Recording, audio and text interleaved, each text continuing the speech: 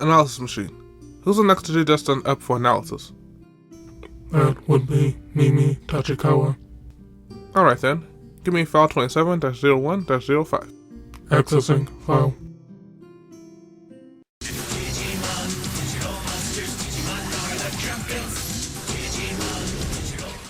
She's whiny, ditzy, complains a lot, and has a bit of a selfish streak. But despite her shortcomings, it's hard to deny that by Journey's end, this character's level of growth has far outpaced her peers. Hey guys, this is D Reaper, and today we're going to do a character analysis on Mimi Tachikawa. For those who are unaware, this is part of an ongoing series, where we analyze the DigiDestined from the original series. We're more than halfway done at this point, so if you missed any of the previous ones, be sure to check the playlist, linked in the description below, to catch up. With that said, let's go ahead and jump right into it. Mimi is the dainty girl of the group, and Ty points out that she doesn't seem like the type who would voluntarily come to summer camp. And his assessment isn't wrong. Mimi makes it clear early on that she is not accustomed to being without luxuries like manicured nails and excessive hair products.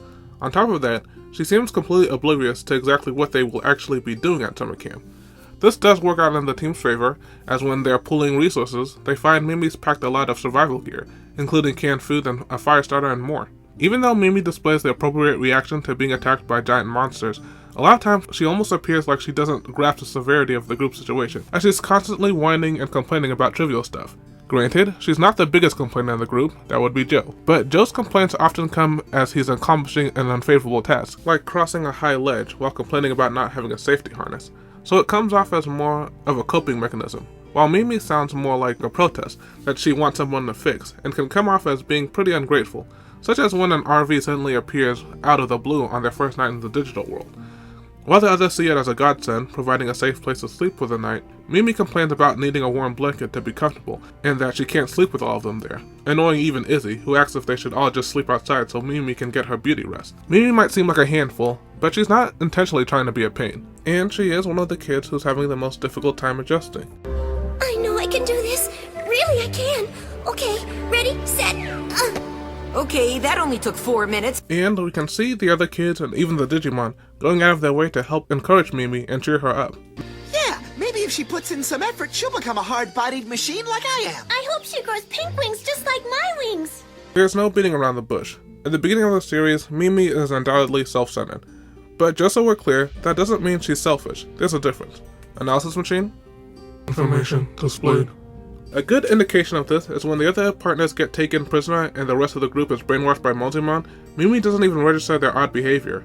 When Palmon, you know, the one of the pair that's less experienced dealing with humans, points out that the others seem to be acting funny, Mimi dismisses it, saying they always act weird, and she can't tell the difference. Another instance occurs when the kids are divided by Devimon's attack. After the two are reunited with Izzy and Tentomon, Mimi is excited, but Izzy seems completely preoccupied, trying to decipher the labyrinth type structure they're in. To her credit, Mimi does wait patiently for him to finish, but after hours of being ignored, she blows up at him in a full-on tantrum, complaining about all the things that she's been through since coming to the digital world, and she doesn't deserve to be treated this way, before running off into the labyrinth, leaving Palmon behind. Tentomon goes after her, and while the two are lost in the crumbling and booby-trapped maze, Mimi is constantly complaining, saying why does all this stuff have to happen to me, and at one point saying that she should be getting used to the world being out to get her by now, which is a common negative thinking pattern plaguing many who display a self-centered mindset. It's problematic because, in a way, it's invalidating that the other kids are going through the same type of hardships as she is, as well as ignoring that this current predicament that she and Tentomon are in is a direct result of her own actions. And though she does appear thankful when Izzy helps get them out, she at no point apologizes or owns up to her role in creating the problem. Even after the defeat of Devimon, Mimi still seems to lack the same agency as the other kids. Shortly after arriving on server, Mimi is carried off by a group of Pagumon, and once she realizes they're taking her to a bath, one of many luxuries she's constantly complaining about, she surrenders herself to them, leading to a misunderstanding when the others charge in to rescue her. She completely lets her guard down without backup at the prospect of getting a relaxing bath. For all she knows, they could have been planning to summer her alive and have her for dinner. The group is divided on whether or not to trust the Pagumon, but Mimi is their biggest advocate, describing their treatment as making her feel like a princess in a castle. Foreshadowing, maybe? Even noting Mimi's lax attitude, we see Mimi has started to change, as she seems to begin to really see herself as part of the team. She no longer tries to pass off every duty presented to her. If you really don't think you need me, I miss you guys already.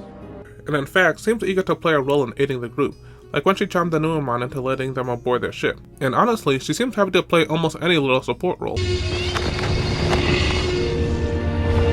Thanks, Mimi. You're welcome. Get down. But when the group is split up after Tai goes missing, it looks like Mimi takes 150 steps back. By the time Joe and Tai catch up with her at Shogun Gekkomon's castle, Mimi's completely lost it. She demands to be referred to as Princess Mimi. Furthermore, she expresses she doesn't want anything to do with the group anymore, and even that she has no interest in going home at all. When the others aren't on board with Mimi's decision, she has them forcefully removed from the castle, and it's shortly after this that we discover how this situation came to be. Mimi has been extorting the Gekkomon and Otamamon with a promise to wake their master from his endless slumber with her beautiful singing voice, in exchange for getting the princess treatment.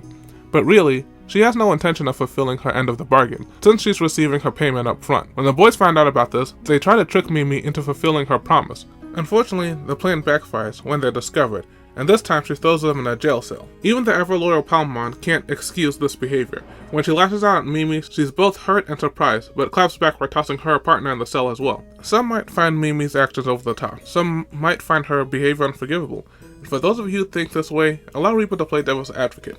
Mimi Tachikawa is a simple girl. She never wanted much in life. Just fancy clothes, jewels, good food, a big castle, people waiting on her hand and foot, and challenge obedience. You know, the simple stuff. And when you take that into account, you'd realize Mimi's not just living her best life, she's living her dream life. She kind of lucked into the role, because at first, she had every intention of helping the castle dwellers with their dilemma, but she forgot the words mid-performance. Then, when the Gekkomon and Otamamon tried to give her some more motivation by spoiling her, and she thinks, oh wow, I can get all this stuff just by doing nothing? And she proceeds to make the experience for everything it's worth. Then here comes Tai to rain on her parade. Tai and Mimi have a special relationship, something we'll go into detail on a bit later, because I think this also plays a role in how quick Mimi is to turn on the attitude when they come to take her away. But when Tai shows up, she knows all he's offering are endless hikes, monster fights, and roughing it in the wild for days at a time. It makes sense that when given the choice, Mimi would say thanks but no thanks, especially considering how much she openly expressed how much she hates the constant struggle they endure in the digital world. She even outright asks them why she'd want to give any of this up, and Tai's answer is, because do it. Later that night, likely spurred by her fight with Palmon, Mimi has a nightmare where she's abandoned by all her friends, and realizes with the way that she's been treating everyone, she has no one to blame but herself. Still half asleep, she confides in Sora, knowing this dream very well turn into reality if she doesn't do something. In a complete 180 moment, Mimi releases the others from their cells, and humbles herself before her friends as well as the Gecko and Otamamon, appearing to them not as Princess Mimi, but the plain old Mimi they used to know. She admits she was wrong in her actions, apologizes for her behavior, and asks if they would do her the honor of allowing her to sing for them one more time. This is a very big moment for Mimi's growth, especially because in this situation, no one forced her hand. She had all the leverage, but chose to give it up when she realized how awful she was behaving. When Shogun Gekkomon wakes up and immediately starts going on a rampage, Mimi yells at him to show some gratitude to everyone that worked so hard to wake him up. But he doesn't listen, and they end up fighting, which is unfortunate for Mimi, as a life of violence and hardship resumes mere moments after she gives up her princess gig. And I'm sure somewhere deep down she was thinking, why did I agree to do this again? The important thing is, Mimi's grown a lot from this experience, and seems to be much more self-aware. Several episodes later, when they're trying to figure out the gate to return to the real world, Mimi has a minor outburst upon hearing yet another perilous condition is heaped upon their ability to use the gate. But unlike other times, when Mimi lets her emotion get the best of her, she's able to regulate herself, and even apologize to the group for the inconvenience, before giving Tai her vote of confidence. When the group returns to the real world, no one is more excited than Mimi, who goes around hugging all her friends, exclaiming how much she missed everyone, despite the fact that only a few hours have passed in the real world. And she's so animated, the others are scared she might blow their cover. But it's while the group is on the way home that there's an occurrence that I believe highlights the importance of Mimi's role in the group, as well as that special relationship Tai and Mimi have. So let's talk about it now. Tai is an absolute machine. He's always charging forward, ready to push through pain, fatigue, discomfort, and inconvenience in order to get the job done. Mimi is the opposite. She's a lot more fragile and tends to resist anything that might cause discomfort or hardship, and she's very vocal about it. A lot of time when Mimi's on the verge of quitting or giving in to her avoidant tendencies, Tai's usually there to give Mimi a kick in the butt, to get her moving again. Get down off that high horse of yours and shift your rear into high gear! This isn't to say Tai is always harsh with Mimi. Often a word or gentle nudge one way or the other is sufficient. Does anybody have something to eat? Oh, Mimi, not that I again. was just asking. Well, ready to go, Mimi? Yeah, do you think I could take some of my princess clothes with me? Mimi! Well, it just seems such a waste. The jewels, at least. I think a good example of how important this is for Mimi is when Tai, Matt, and TK split off from the group to chase down Sora. A decent amount of time passes since speaking with Sora before the others arrive, as we see evening is beginning to set in. When Tai asks what took them so long, Joe explains that they had to take a break every 5 minutes when Mimi got tired. For Mimi's side, it does seem even though it's difficult, she does appreciate Tai's efforts. We see her try and return the favor after Tai is down after accidentally Dark Digivolving Greymon, though it ends up more as kicking a guy when he's down. The more beneficial part of this relationship is how Mimi balances Tai out, which helps to regulate the group. As we discuss in our character analysis on Tai, one of Tai's biggest flaws is pushing the group too hard. Tai has a lot of qualities that make him a great leader, but you can't be much of a leader if others aren't able to follow you. By listening to Mimi, Tai can get cues on when to tone down the intensity to give the others a chance to catch up. In this instance, while they're still making their way home, Mimi is the most vocal about expressing how tired and hungry she is, and that it would be really great if they could have a nice meal. It gets the others talking because they feel the same way. Tai shoots down the idea, saying that he knows they're all tired and hungry, and he is too, but they can't afford detours with their limited time and resources. It's hard to argue with Tai sometimes because he really does have a knack for seeing the big picture and plotting the navigation straight to it. But when he sees how crestfallen everyone is, he decides to give into Mimi's proposal and stop to eat, a decision that instantly refreshes the team's waning morale. Before going any further, let's discuss Mimi's Crest of Sincerity. Since that seems to be one of the more obscure ones, according to collected data, Analysis Machine, can you get us a working definition on sincerity? Affirmative. Sincerity refers to operating without the contents of pretense or deceit. It implies acting out of kindness or compassion with a sense that can be described as genuine in being aligned with one's own internal beliefs and values. Thank you, Analysis Machine. So we've talked about how Mimi is definitely not shy about speaking her mind, and this comes from her personal internal alignment, so we know she's being genuine. Though we haven't seen many outstanding affinity for kindness or compassion, but this changes while the group continues their battle with Mitosmon outside of the digital world. It seems when they shift the stage of battle to the real world, Mimi finally starts to register how serious their conflict is. She's much less focused on superficial things and instead is focused on substantial things, like the well-being of her family and friends, and even the citizens of the city. Even when she's captured by Mitosmon, she doesn't think woe is me, an attitude that the old Mimi most certainly would have displayed, but instead she's hoping that all her friends are still safe. Even when things are at their bleakest, and it seems that their small rebellion they've mounted is falling apart, she's not concerned for herself. She's on the brink because she knows her family and her friends are suffering, and she wants to do something to help Togemon. This is when Mimi's sincerity truly blossoms, allowing Togemon to digivolve to the ultimate as Lilymon. By the time the team return to the digital world, Mimi is a completely different person. She has compassion for Chumon, a Digimon that she used to be disgusted by the mere sight of, and even tries to protect him with her own body, something that the Digimon realizes and takes the blow for her instead, costing him his life. But unfortunately for Mimi and the others, this won't be the only tragic death that they experience, because as the battle against the Dark Masters ramps up, more and more of their friends end up as casualties of war. Immediately following the defeat of Metal Seedramon, Mimi erects grave markers for their fallen friends. When Tai tries to get the group moving, Mimi says she isn't going because she's had enough death and violence. When Tai tries a more forceful push, Mimi starts bawling and still refuses to move. This isn't like before when Mimi refused to go on because she was tired or uncomfortable. This protest is coming from a deeper weariness in her soul. The downside of Mimi's heart growing 3 sizes is how in-depth and personal she feels about the loss of each friend. It's especially something considering how emotionally distant Mimi always used to seem from all the fighting going on around her. Puppetmon's interference creates fractures in the group already pulled taut with stress, and by the time Garbagemon attacks, Mimi is about to snap. She catches the Digimon's attack with her bare-gloved hand and tosses it back at him, stunning both Garbagemon and Puppetmon, until Sora comes back and grabs her, and she realizes how dangerous and gross that was. And later, when Matt and Tai are fighting, she runs to a corner and says she's just going to keep looking at the flowers until everyone stops fighting. In the aftermath of the fight, and the revelation of their DigiDestined, when the group moves to set out once more, Mimi voices that she can't continue with the group. She can't bear the thought of any more fighting, injuries, or death, and because of the danger of her being alone, Joe volunteers to stay with her. When they're alone, Mimi asks Joe if he thinks she was being selfish to excuse herself from the fighting, but Joe tells her he thinks that what she did was quite brave, and here Reaper tends to agree.